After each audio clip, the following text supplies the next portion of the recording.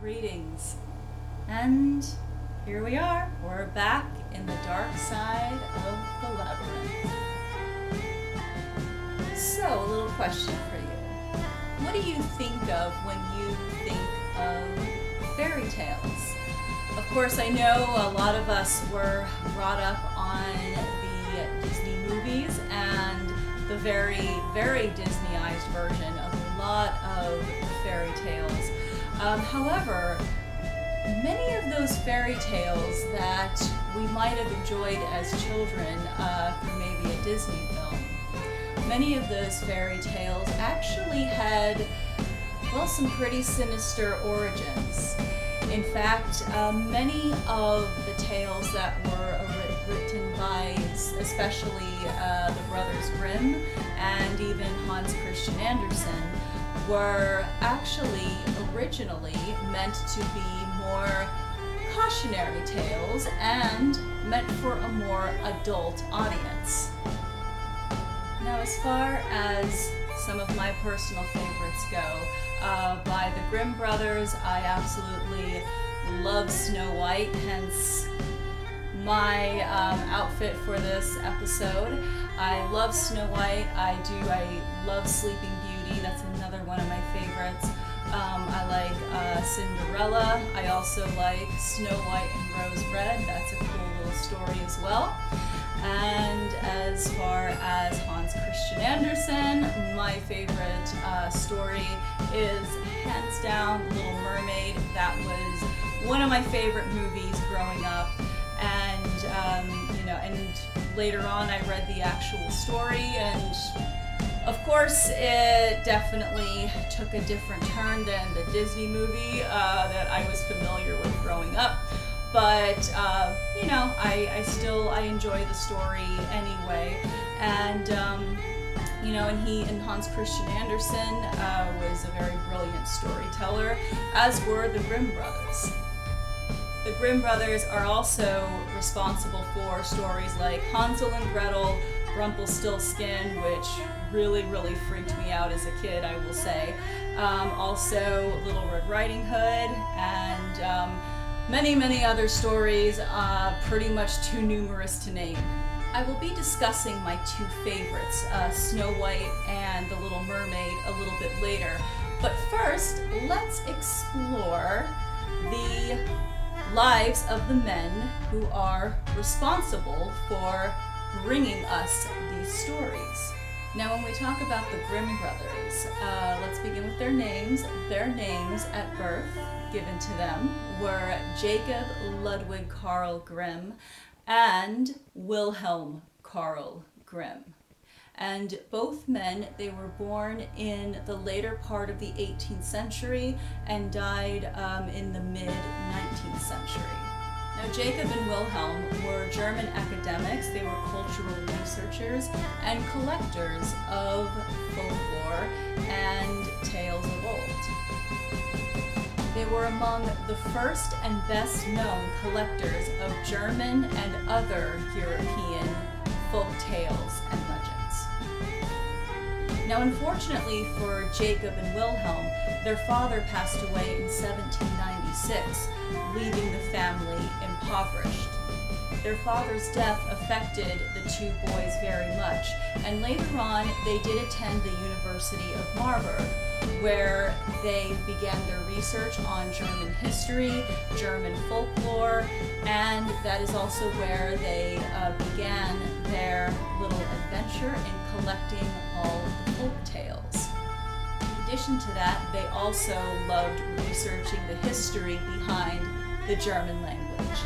The rise of Romanticism in the 18th century also sparked an interest in the telling and tradition of folklores, which was very good for Jacob and Wilhelm.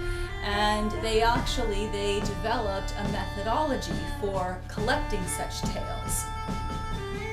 Their method of researching and collecting these tales became the basis for studying early folklore.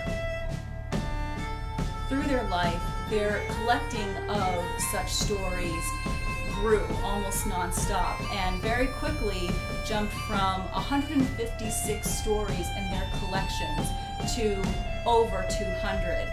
And they also, in addition to all of their folk tales, started a dictionary of the German language, but they only got so far as the letter F.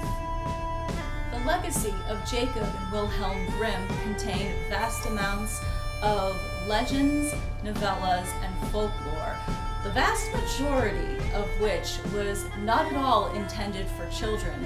In fact, there was quite a bit of concern from their publishers about the content. And some of this content intended a lot of violence, including children being eaten. And so therefore, while none of the stories were eliminated, it was very strongly advised that Jacob and Wilhelm put a sort of cautionary advisory at the beginning of their stories for parents to maybe seek out a little bit tamer material for their children, and basically putting an explicit adult, it's the equivalent of putting an explicit adult content sticker on, say, a piece of music or a film today. The Grimm brothers were of the strong belief that all of their stories held value as they were and really were a true part of German culture.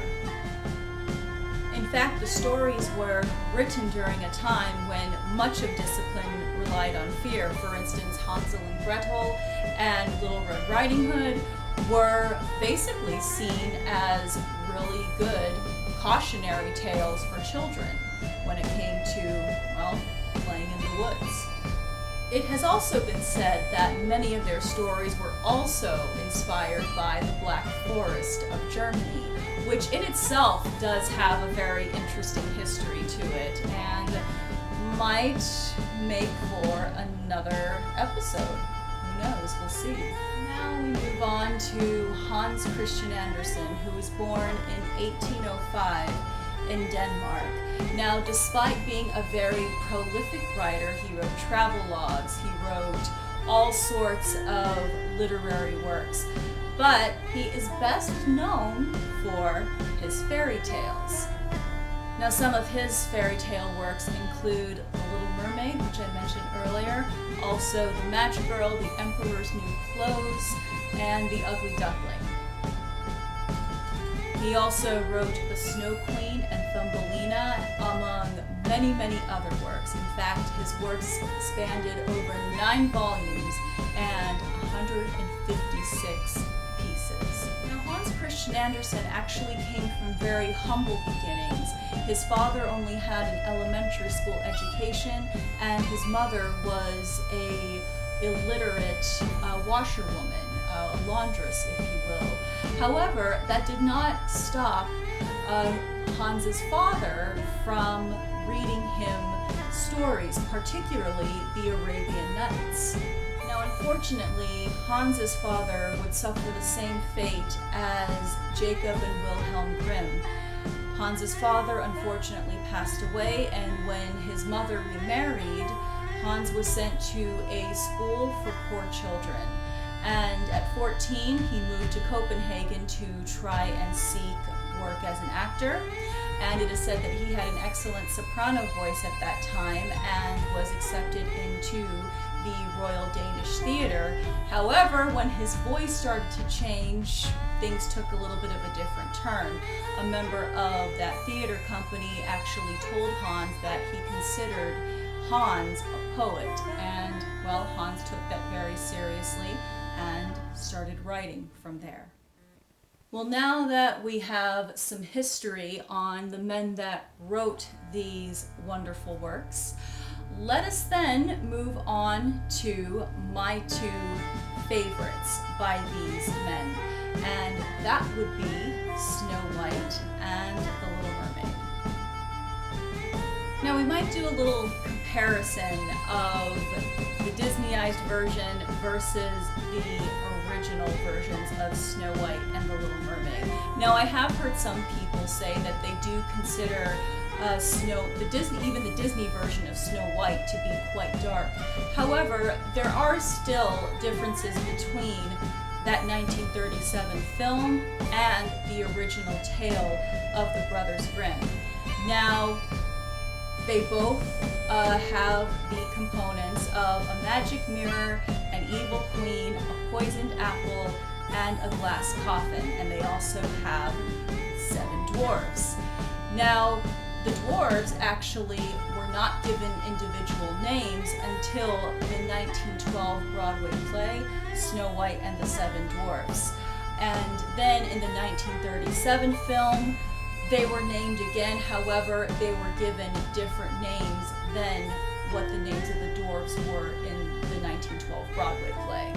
Now, in the Disney version of Snow White, we only see one attempt of the queen dressed as an old peddler woman, and in her attempt to kill Snow White and succeed with the poison apple. Of course, that's not including the attempt that she makes with the huntsman taking Snow White into the forest. Some people might say that that was the queen's first attempt to kill Snow White, and that would be correct. However, when we're talking about the queen actually doing it herself, in the Disney version, she just does it one time, and that's with the poisoned apple. But in the original story written by the Grimm Brothers, the queen actually makes 3 attempts to kill Snow White herself. Now, up until the first time when the queen makes her first attempt to kill Snow White herself, the Brothers Grimm version pretty much follows the story that the Disney version presents. However, it is when we get to the queen disguising herself and going to the dwarves' cottage to attempt to kill Snow White, that's where things kind of get a little different and take a little bit more of a strange and kind of gruesome turn. Attempt number 1. The queen disguises herself as a peddler woman and goes to the house of the 7 dwarves, where Snow White is caring for the house while the dwarves are out at work for the day. She offers Snow White a beautiful silk and lace-up bodice, or corset, if you will. When the peddler woman tries to help Snow White into the corset, she laces it really tight, and the boning within the corset starts to magically cave in and crush Snow White's ribs. Snow White passes out, and the queen leaves her there, thinking that she has done her job. However, the dwarves come home just in time and are able to revive Snow White. Attempt number 2. The queen, angry because, well, her plan was foiled by the dwarves, having the nerve to come home on time and revive Snow White. The queen then disguises herself as a comb seller, and she goes to the dwarves' house once again and tries to sell Snow White a very beautiful comb, but in the teeth of the comb is poison. So the queen then offers to brush Snow White's hair with the comb, and Snow White accepts, and as the queen starts to comb Snow White's hair, the poison starts seeping into Snow White's scalp. And then Snow White passes out again, the queen leaves, but once again, the dwarves come home just in time and are able to then revive Snow White. So now we are on to attempt number 3. The queen now is of course furious and vows once and for all she is going to get Snow White this time. This time she will not fail. So she disguises herself as a farm woman, and she goes with a basket of apples to the house of the dwarves where Snow White is. And one of those apples is covered and seeped with poison. So she gets to the house, she offers Snow White, she shows Snow White the basket of apples, and takes out the poison apple, which is the reddest and most beautiful apple in the basket. Snow White is absolutely enchanted by that apple and immediately takes a bite. This time, though, the queen succeeds, and the dwarves, unfortunately, do not return in time to revive Snow White. Now, on to how Snow White was eventually revived back to life. In the Disney version, of course, we see the prince, the same prince that happened upon her at the wishing well at the beginning of the movie.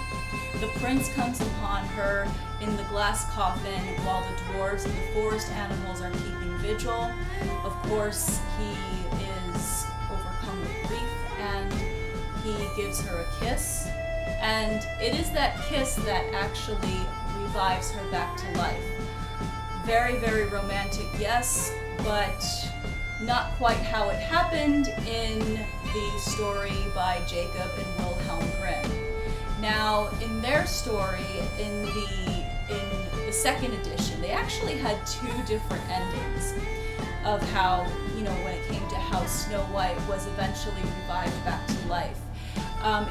In actually the second edition, the way it happened was, of course, the prince came upon her in the glass coffin, and he asks the dwarves for permission to take her to a proper resting place.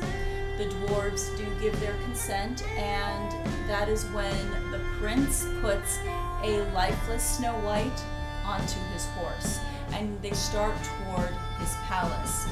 However, somewhere along the way, one of the prince's servants trips and falls, and somehow that movement dislodges the apple from Snow White's throat, and the apple projectiles out, and Snow White is brought back to life.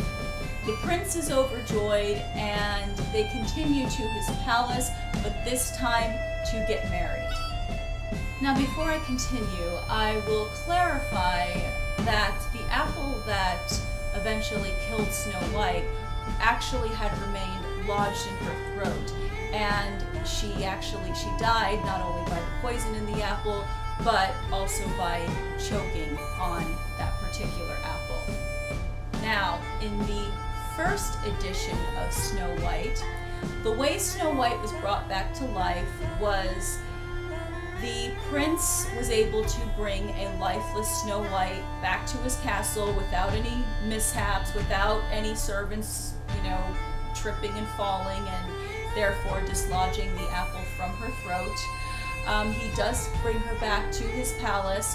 However, a servant of his is so frustrated over the inconvenience of the prince just crying and fawning over this beautiful but lifeless girl that he ends up actually hitting the body out of frustration, and therefore that is how the piece of apple ends up becoming dislodged from Snow White's throat.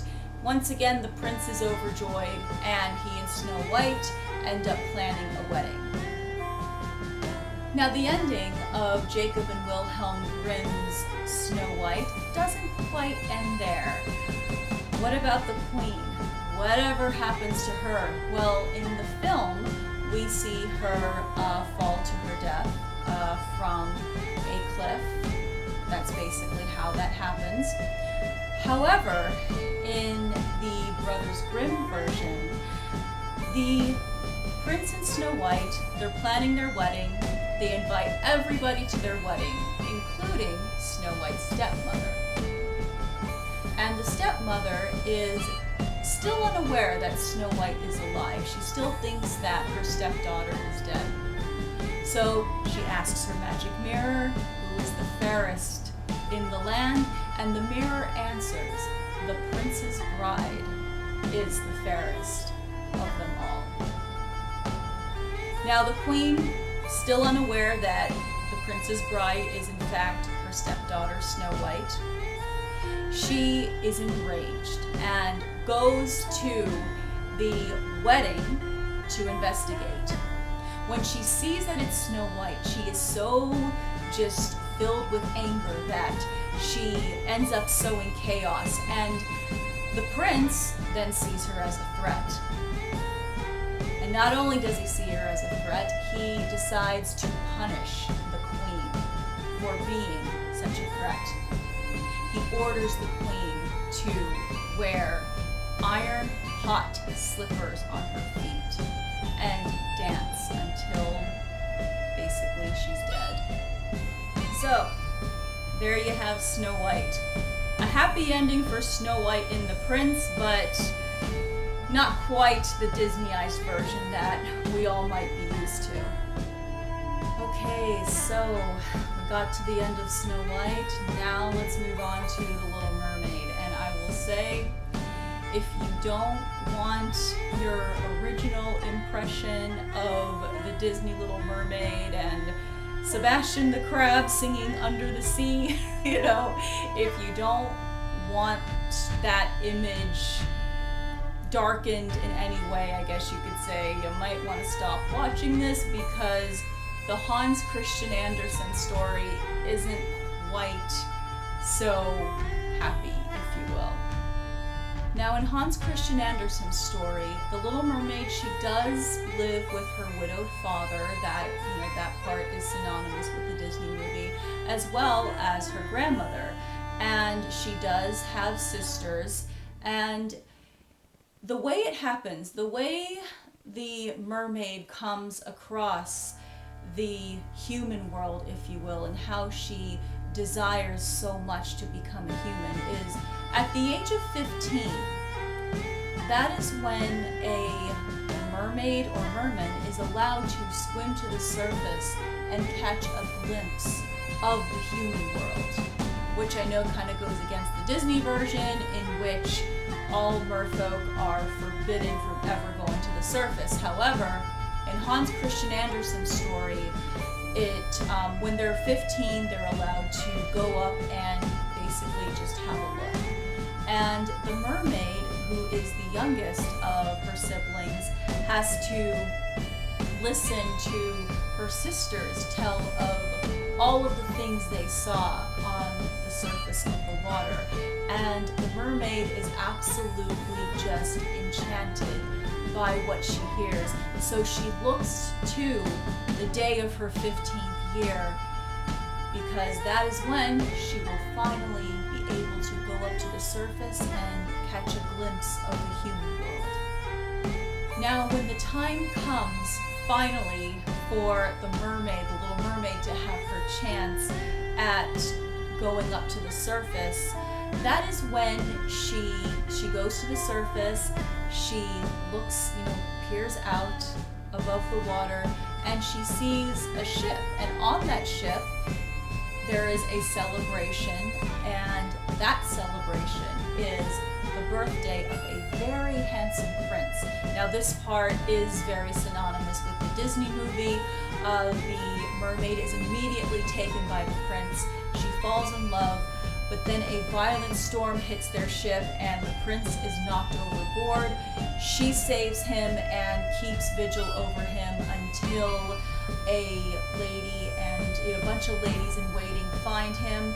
And at that point she has to take relief, but she is in absolute dismay over the fact that the prince did not see her, nor did he ever realize that she was the one who saved him, which kind of differs from the Disney version, because in the Disney version, she's singing to him and he wakes up, kind of sees her, but assumes that, or I don't think he assumes that it was a dream. He thinks that, a girl was singing to him and rescued him. Okay, so at this point, Hans Christian Andersen's The Little Mermaid tends to take an even sadder turn.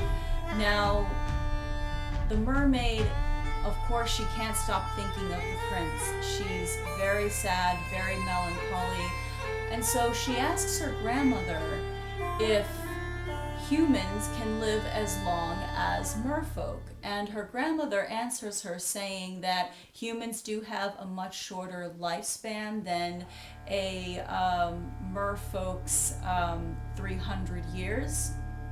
However, once a mermaid or merman passes away, they turn into sea foam and cease to exist.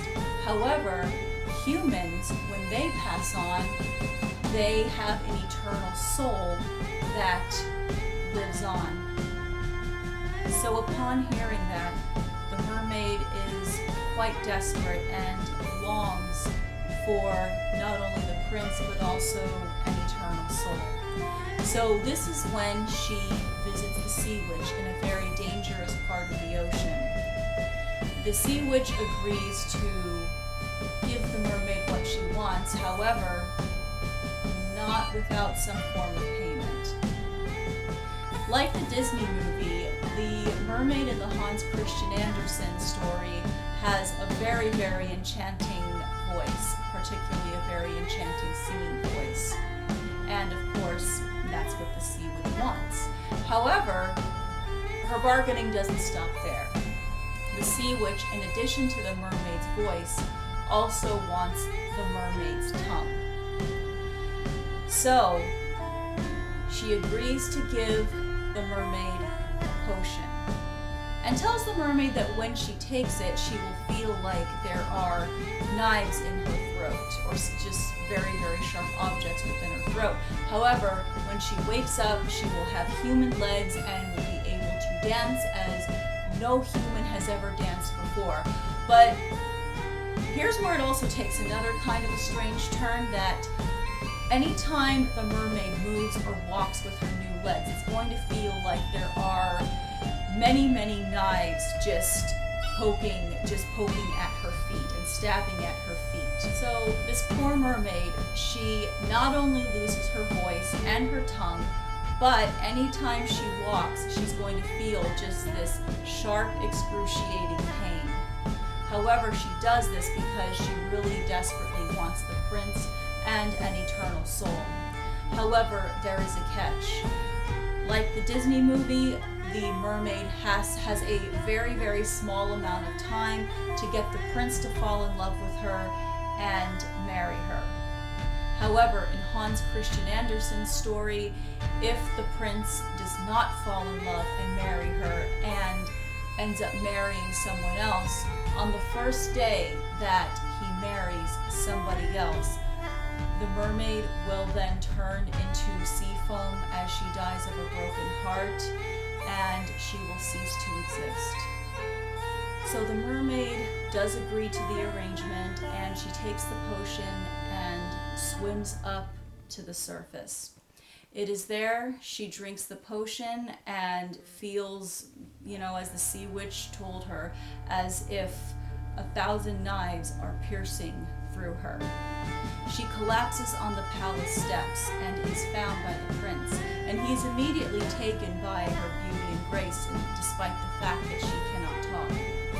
And she does become his favorite companion. He has her accompany him on all his outings, and he also likes the way she dances, which she willingly does for him despite it causing her excruciating pain. Now, of course, the prince's family is trying to get him to marry a princess from a neighboring kingdom in an arranged marriage. However, he confides to the mermaid that he cannot marry the princess from a neighboring kingdom. He can only marry the woman from the temple whom he is convinced was the one that saved him from the ocean that day. I mean, who knows how he came to that conclusion, but he thinks that it was a young woman from the temple. Now, in another turn of events, the young woman from the temple actually ends up being that princess from the neighboring kingdom. So the prince's family is satisfied, and the prince is overjoyed, thinking that he found the young woman that saved his life. And he declares his love for that princess, and the wedding is starting to be planned. And unfortunately, because the mermaid cannot speak, she cannot actually tell the prince the truth about the situation. Now, of course, the mermaid is completely distraught. Not only has she lost the prince, one of the main reasons why she made that bargain with the sea witch in the first place and gave up her life with her family, but she is also thinking about her impending death. Now, on the day before the prince is to marry the princess from the neighboring kingdom, the mermaid is then visited by her sisters, and she sees that her sisters all have their beautiful long hair cut off. And as it turned out, the sisters also bargained with the sea witch, and in exchange for their hair, the sea witch gave them a dagger. The mermaid sisters present her with this dagger, and the way it's supposed to work is if the mermaid kills the prince and allows his blood to fall onto her, she will resume her mermaid form, and she will be able to live out her 300 years among her family and the other merfolk. At the end of it all, the mermaid just cannot bring herself to kill the prince, and instead she throws herself and the dagger off the ship and into the seawater. And she does dissolve into foam. However, instead of ceasing to exist, she feels herself being engulfed by a warm light and ascended. As it turned out, the mermaid is not going to cease to exist after all. She has become an earthbound spirit, a daughter of the air, as she is described. And she is greeted by other such spirits like her, earthbound spirits and daughters of the air, and they tell her that because of her selflessness, she is given a chance to have an eternal spirit and ascend into heaven eventually. She will have to complete 300 years of doing good for humankind, but if she's able to successfully complete those 300 years, she will be able to ascend into heaven and therefore have an eternal spirit and live on forever. Alright, so there you have it. 2 fairy tales that are significantly darker than what we might have been used to growing up. But I do very much enjoy reading these original fairy tales. I think that they do offer a little bit of little bit of insight into the minds and maybe even the overall emotional well-being of the writers. Because as a writer myself, and somebody who does know a lot of writers as well, a lot of the time your life experiences do kind of shape at least a little bit of what you write. And if you look at the lives of Jacob and Wilhelm Grimm and Hans Christian Andersen, they both experienced a lot of loss in their life, and Hans Christian Andersen especially, he did not have a very easy childhood. He was sent away at a young age after his mother remarried, and it might have, been for good reason.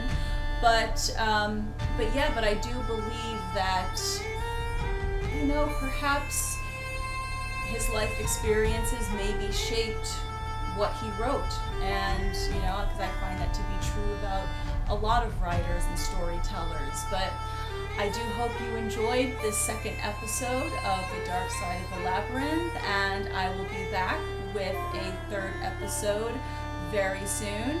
So I hope you have a wonderful week, and I'll see you in the next episode.